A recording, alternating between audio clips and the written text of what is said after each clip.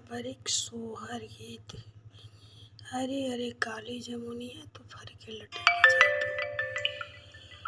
अरे अरे काली जमुनिया तू फरी के लटक जाए तो फरी के जा पसी जाए तू हो जामुनी तू घरे बहाने पिया आवत नयन भरी देखती नयन भरी देखती न हो। रानी का कहल जामुन मनली गोत फरी केला टकी गईली फरी केला टकी गईली गो। राजा भेजी देलन वो कर बेटौआ अपने नाही आवे अपने नाही आवे लो। अरे अरे बेइलाच मेला तू आधी राती फूलई तू तगमा की दे खवतू न गो।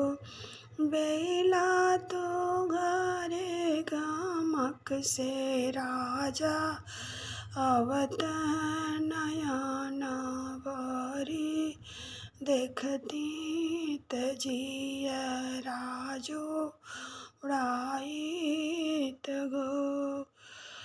रानी का कहल बेला मनली तयाधी राती फूलाई गईली जो पावाना महकेली गो। राजा भेजी देला मालिक बेटौआ अपने नाही आवे अपने नाही आवे लगो। अरे अरे सासू तुम्हारी मोरी सब कुछ हो। सासू गोड़े मुड़े तान गोच दरिया हो देखन पिया तजिया राजो उड़ाई जाइए हो। रानी का कहल सासो मनली चदरिया तानी सोई गईली हो। पिया भेजी देला बये दबे टौआ अपने नाही आवे अपने नाही आवे लगो।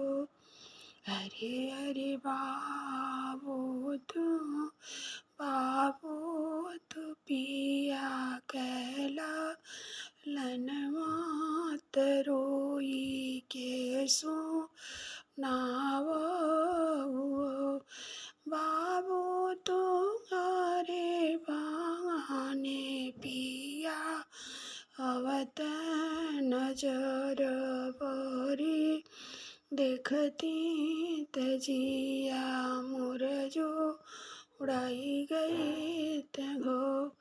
आधी राती लाल नाजे रोएल पिया गो दौड़ी आवे पिया गो दौड़ी आवे लगो। अरे गोदी में उठावे लैला लनवा नयन भरी देखली